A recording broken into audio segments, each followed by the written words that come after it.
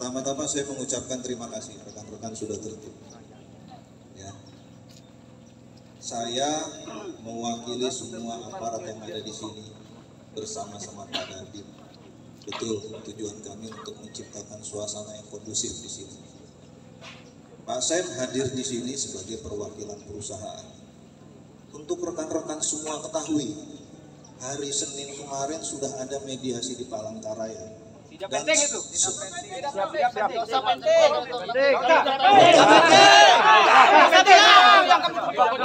Sudah, nggak usah ngomong.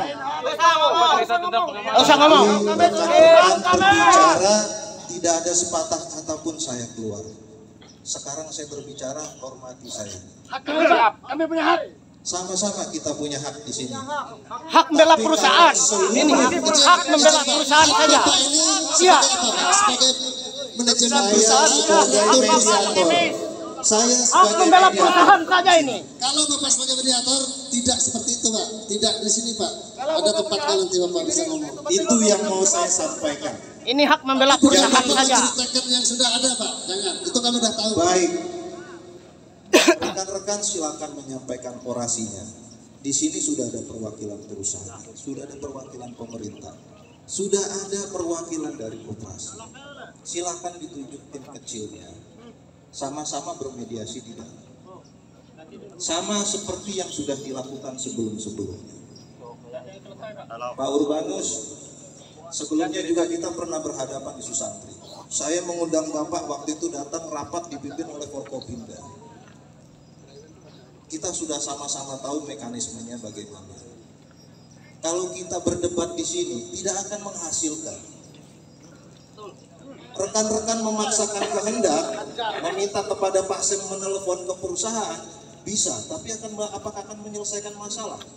Tidak. Buat ceramah mau lah tuh. Silakan tunjuk tim kecilnya. Sama-sama mediasi dengan tim yang sudah disiapkan. Ya. Izin, kami ingin menyampaikan, nanti disampaikan beberapa teman-teman terkait kedatangan kami hari ini. Nah, saya tadi mendengar Pak Kapolres meminta kita bermediasi di ruangan. Kenapa kami datang di sini? Karena sudah bosan, Pak, di ruangan. Akhirnya datang juga dibawa ke ruangan. Kalau perusahaan itu tidak menghargai kami, kami lebih tidak menghargai. Tapi intinya untuk meminta kepastian bahwa benar tidak DWK ini sesuai dengan apa yang disanggah di jawaban surat ini sudah memberikan plasma ke masyarakat seluas 638 hektar. Nah itu, ini ada. Nah setelah itu ada uang atau dana sebesar 2,5 miliar. Yang kami tanyakan, kapan ini? Siapa ya? Kita mau penjelasan. Itu satu. Kedua, bahwa di sini tertera, kalau saya baca satu persatu, mungkin saya kutip sedikit saja. Nah, perusahaan itu menyatakan plasma 20% itu tidak dibagi per desa. Benar tidak? Di sini. Sementara regulasi yang ada, kita baca Permentan 2000 berapa itu saya kasih Pak, itu sudah jelas Pak. Kalau HGO-nya DWK ini luasannya misalnya 12.000, 20% itu harus diberikan kepada masyarakat di sekitar dengan adanya kesepakatan MOU Pak. Jangan membodohi kami. Saya tanya, ini ada koperasi, mana koperasi? Ketua koperasinya mana?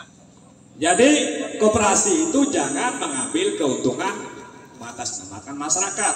Saya yakin di koperasi CMP ini sebagian kecil saja yang masyarakat Senganyok, tapi ini ada orang-orang. Makanya tadi bilang kami jangan-jangan orang-orang tertentu. Betul.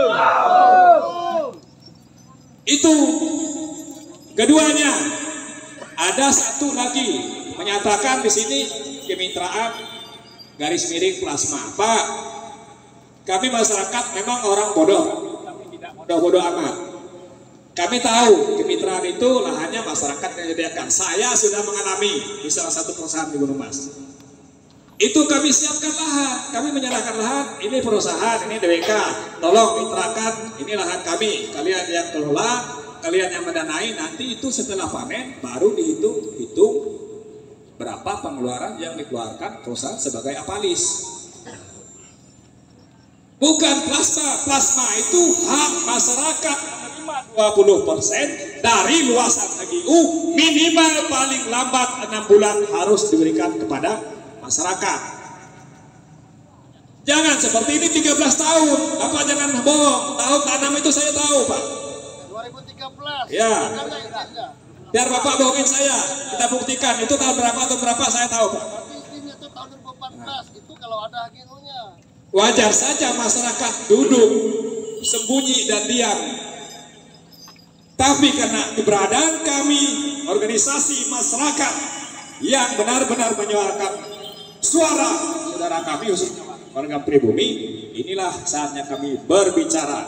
Karena sebelumnya ada pepatah di TBBR ini, kalau diam itu bijak, lakukanlah. Tetapi kalau diam itu diinjak-injak, laksanakanlah. Biar mereka diam. Buktinya sekarang perusahaannya diam kan, karena kita diam. Nah, karena merasa apa yang dirasakan masyarakat, ya hanyalah, oh itu Susantri berapa miliar satu kali loading suaranya, CPO-nya. Kalau kita mau berkepanjangan, DWK ini melewati Gunung Mas, Pak. Apa mau saya Gunung Mas tutup nanti suaranya sana? Bisa. Kalau biar kalian makan di sini nggak bisa berak, sanggup nggak Pak? Kalau nggak bisa keluar, gaji karyawan sebagai makan ini. Nah itu, kami orang Dayak cinta damai. Kami orang Dayak punya toleransi. Kami bukan orang-orang suku yang intoleran, Pak. Kami terima semua saudara-saudara kami di sini. 13 tahun, bayangkan. Saya yakin, DWK, Susantri, semuanya kita cross check realnya di lapangan. Semuanya tidak ada pelepasan kawasan atau pembebasan lahan. Kita buktikan dari luasannya. Contohnya saudara saya yang masih di DWK, di Susantri itu sekarang sudah saya serahkan di Polda. Tinggal beberapa saat menunggu. Tidak bisa membuktikan. Susantri, DWK, beli peta. Untuk memperoleh lahan. Saya ada kayak orang pengaruh. Sampean, saya ada orang perusahaan. Ini referensinya, Pak. Sampean mau nggak? Saya kasih luasan ini. Kita kelabui masyarakat. Jelas. Diputar balikan lah. Sama juga dengan plasma 20%. Ini jelas. Dibuka sendiri loh Pak. Kalau buka aib sendiri ini. 638 itu masyarakat ini saya tanya orang tadi yang hadir tidak pernah menerima. Tapi ada uangnya di sini 2,5 miliar. Kemana uangnya? Pantas saja kalau pengurus koperasinya. Ini punya kamu Pak. Saya dapat info Pak. Ini punya kamu Pak. Kalau kami di Gunung Mas beda. Kami melalui koperasi yang benar-benar berpihak kepada masyarakat. Dana SHK, SHU-nya ditransfer ke koperasi, baru diserahkan ke masyarakat sesuai jumlah kota kepala keluarga yang menerima. Benar. Jadi itu, tolong jelaskan kemana 638, kemana duitnya, koperasinya mana, orang-orang koperasinya mana. Jangan-jangan koperasi ini yang makan uangnya. Saya tidak menuduh loh, makanya jangan-jangan orang koperasi yang seperti ini. Kalau perusahaan bisa mempertanggungjawabkan ini benar. Itu, intinya seperti itu yang bisa saya sampaikan hari ini. Mohon maaf teman-teman, kita bersabar dan tetap kondusif. Itu semua yang kita bahwa kita berjuang menyuarakan suara masyarakat, khususnya pribumi yang memang sejak nenek moyang kita duduk, diam, hidup di kawasan ini, di Kapuas, supaya bisa mendapatkan hak walaupun sudah terlambat. Kalau kita hitung itu pohon itu udah tinggi, tapi tinggal beberapa tahun lagi nanti replanting. Jadi jangan sampai mengalami masyarakat. Nah koperasi itu kalau memang punya masyarakat, jangan dong yang orang-orang luar. Masa teman-teman saudara-saudara saya masyarakat Sengahanyo dan lainnya desa sini kok tidak merasakan? Berarti jangan-jangan sekali lagi ada oknum-oknum setingkat pejabat daerah sampai yang lainnya di desa. Itu saja. Baik, saya tambahkan saja Pak. Kalau kita terkait masalah izin lokasi dan lain sebagainya. Nah, bila mana perusahaan itu memperolehkan IUP dari pemerintah daerah, wajib untuk GRTT ataupun kompensasi namanya Pak. Mungkin Bapak lebih tahu. Sementara selama ini masyarakat kita ada tidak menerima kompensasi ataupun GRTT? Ada tidak? Itu Pak. Perlu diketahui, kami ini bukan bodoh-bodoh amat Pak. Tahu proses perizinannya seperti apa. Jadi itu. Dan kedua, saya lihat tahun tanam kalian ini dari 2011 sampai 2013 Pak. Berarti 2008 kan? Nah, jadi berarti kalau baru ditanam, berarti belum ada HGU-nya Pak. Berarti terbitnya HGU kalian itu kalau ada ya? Kalau ada berarti tahun 2014 sampai ke atas. Sesuai dengan aturan undang-undang pemerintah tahun 2007 itu sudah jelas bahwa kewajiban perusahaan untuk merealisasikan plasma dalam HGU-nya itu satu.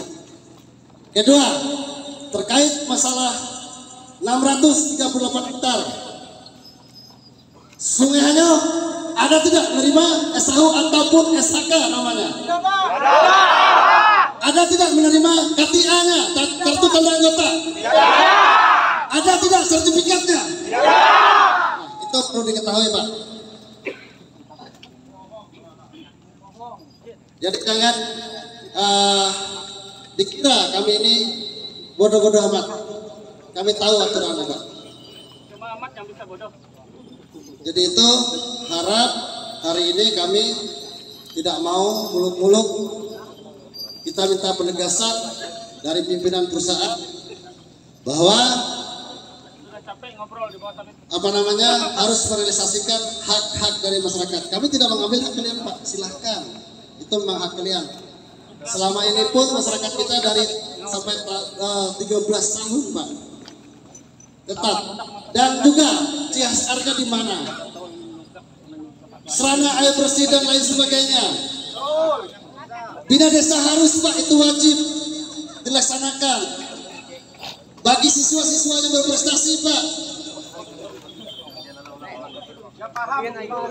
Saya 10 tahun bekerja di perusahaan sawit juga Pak, dan di pertambangan, tahu semua.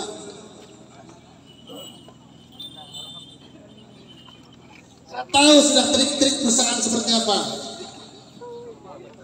Jangan Pak dirubah gaya premanisme. Enggak, sekarang bukan kayak dulu Pak. Sekarang masyarakat sudah tahu, tinggal klik aja Google, tahu ini aturan undang-undang dan sebagainya. Jadi robah pola kerja kita. Jangan dulu. Kalau dulu udah tabrak aja.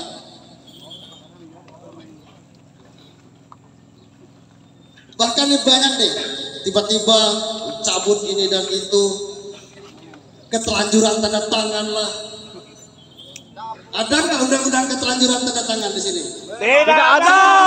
Kepada kawan-kawan yang memang penegak hukum di sini. Ada tidak? Kalau pemalsuan ada. Itu sikap yang sangat memalukan. Jadi itulah oknum kita ini.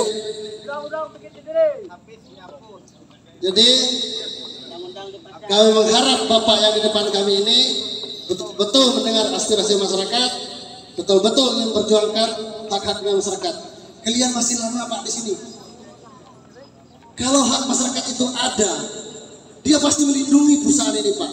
Karena dia ada penghasilan dalam tiap bulan Pak.